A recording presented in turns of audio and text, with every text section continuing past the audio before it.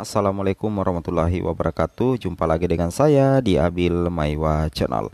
Jadi teman-teman, channel ini merupakan channel pendidikan tempat kita berbagi tentang aplikasi pendidikan, Microsoft Office, serta tips dan triks komputer.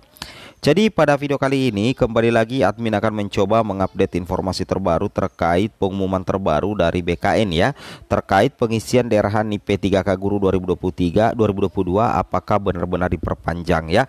Di sini kita bisa mencermati informasi terbaru dari BKN Bapak Ibu ya.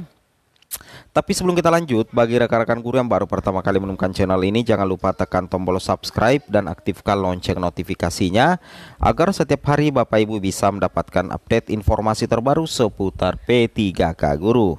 Di sini Bapak Ibu bisa melihat bahwa untuk pengisian daftar riwayat hidup daerah penetapan NIP P3K itu terbilang singkat Bapak Ibu ya, lantaran bertepatan dengan libur dan tentunya cuti bersama Idul Fitri ya, seperti itu.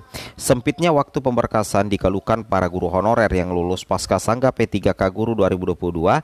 Mereka berharap ada perpanjangan waktu pengisian DRH. Nah, jadi banyak ya peserta yang lulus pasca sangga P3K Guru 2022 berharap ada perpanjangan waktu dalam pengisian DRH Bapak Ibu ya. Nah, terkait dengan hal tersebut atau merespon hal tersebut, di sini Bapak Ibu bisa melihat bahwa Deputi Bidang Sistem Informasi Kepegawaian BKN Bapak Suharmen itu mengungkapkan sampai hari ini belum ada perubahan jadwal ya. Jadi sampai hari ini belum ada perubahan jadwal ya untuk pengisian DRH, tetap ya sampai saat ini ya, tetap berakhir 4 Mei 2023. Artinya Pemda masih menggunakan rujukan jadwal yang dikeluarkan Badan Kepegawaian Negara. Pengisian DRH NIP P3K dimulai 15 April sampai 4 Mei. Kemudian usul NIP P3K pada 28 April sampai 22 Mei, kata Deputi Suharmen kepada jpnn.com ya Bapak Ibu, tanggal 1 Mei 2023 tentunya. Nah, di sini dikatakan ya, ditanya soal sejumlah daerah yang jadwalnya tes kesehatan malah di atas 4 Mei, Deputi Suharmen mengungkapkan belum ada informasi mengenai hal itu. BKN masih berpijak pada jadwal semula.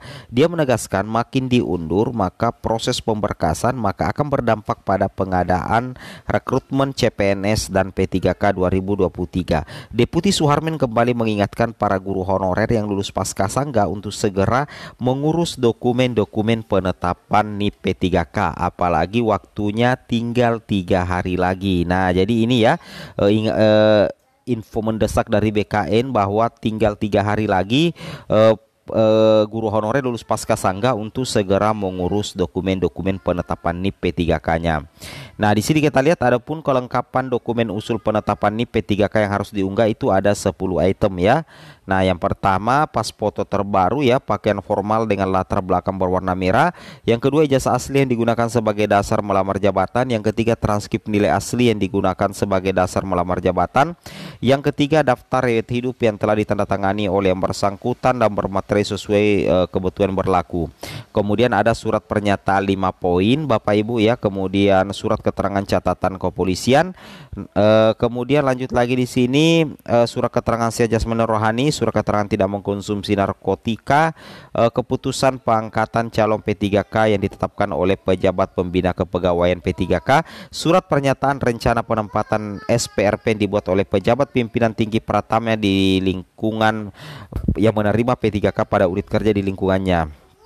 Nah, itu teman-teman ya. Jadi lebih lanjut dikatakan bahwasanya penentuan mulai berlakunya pengangkatan sebagai P3K Guru 2022 ditetapkan terhitung mulai tanggal 1 bulan berikutnya dari tanggal penyampaian usul penetapan NIP P3K kepada Kepala BKN untuk instansi pusat dan Kepala Kantor Regional BKN untuk instansi daerah. Seperti itu Bapak Ibu ya.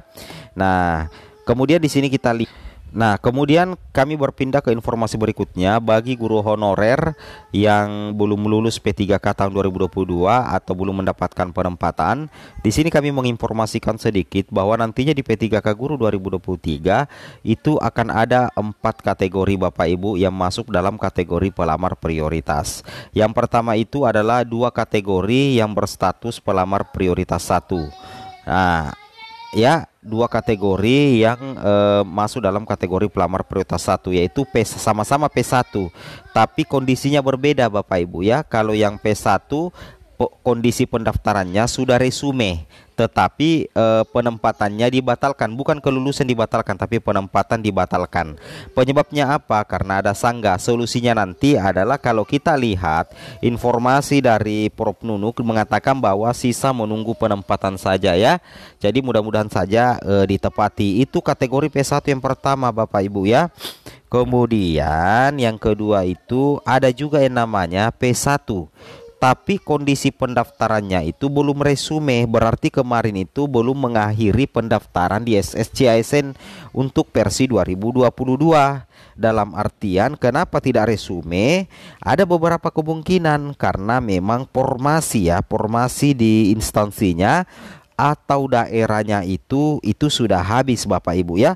Solusinya apa? Dia kan P1 ya, berarti ada indikator kelulusan. Berarti nantinya di P3K Guru 2023 itu sudah tidak dites lagi. Jadi solusinya ya seperti itulah.